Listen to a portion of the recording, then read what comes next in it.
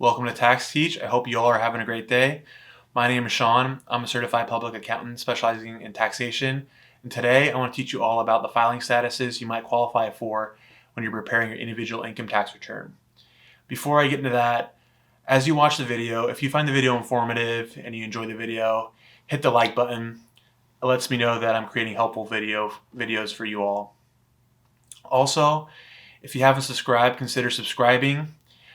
Subscribing is free and it keeps you up to date on the videos I curate, so it'd be awesome to see you guys subscribe. Anyways, when you're preparing your individual income tax return, there's 5 different statuses you can possibly qualify for.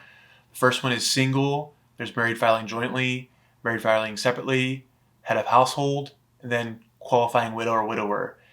And it's important you select which filing status is appropriate for you because there's some tax considerations with each filing status. So today I created a PowerPoint going over each filing status. So let's jump into it. Here's the PowerPoint I created, Form 1040 filing statuses.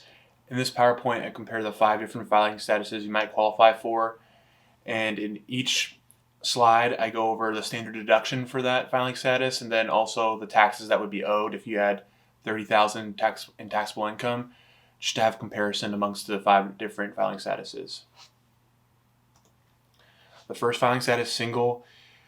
You're single basically if you're not married, you don't have children, and you're not taking care of your parents or other dependents, then you're going to qualify for the single filing status.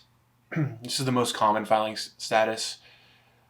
So let's go on to the next status, married filing jointly.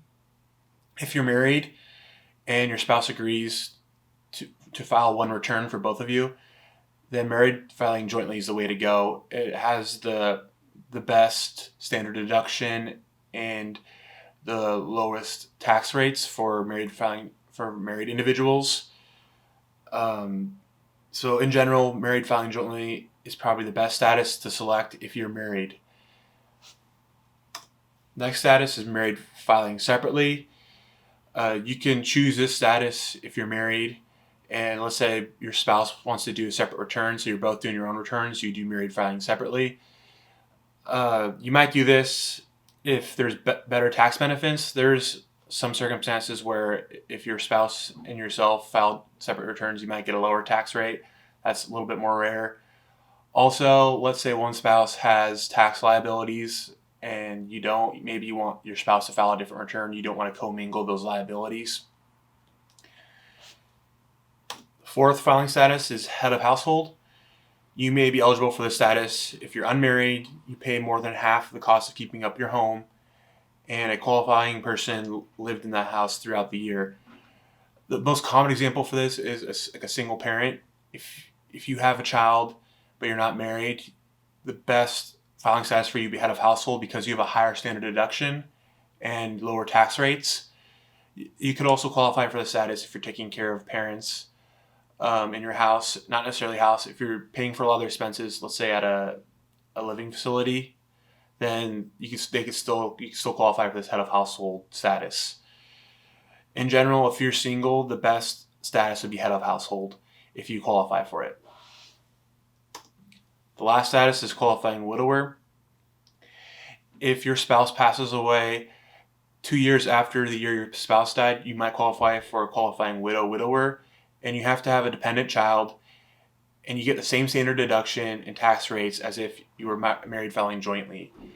So let's say your spouse passes away in 2017, and that year you can still file married filing jointly, but in the next 2 years, 2018 and 2019, if you have a child that you're taking care of, you do qualifying widower and basically get the same tax benefits as a married filing jointly for the most part.